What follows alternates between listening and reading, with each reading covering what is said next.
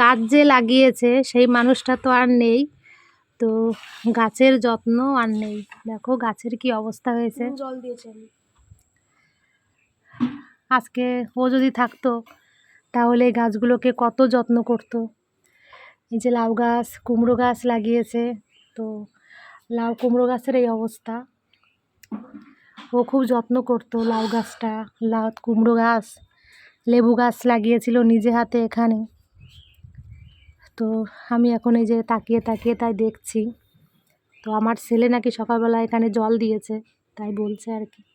তো এই গাছে 3টে বেগুন হয়েছিল, সেই 3টে বেগুনই তোমাদের দাদাভাইয়ের কাজের সময় রাধা গোবিন্দকে ভোগ দেওয়া হয়েছে, সেই প্রসাদটাই ওকে দেওয়া হয়েছে। তো এটাতে শান্তি পেয়েছি আর কি। যাই হোক 3টে বেগুন হয়েছিল, 3টে বেগুনই দেওয়া হয়েছে। আর গাছে এখন আর বেগুন নেই, শুধু সবে এই যে ফুল এসেছে আবারও।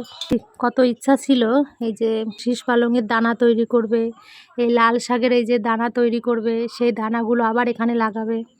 ওর মনের খুব ইচ্ছা ছিল, সেই জন্য আর কি গাছগুলো রেখে দিয়েছিল যত্ন করে। তো দেখো সেই দানা তো হচ্ছেই, কিন্তু মানুষটা আর নেই, তাই খুব মনে পড়ছে। তাই গাছগুলোর পাশে এসে আর কি দাঁড়িয়েছি আমি।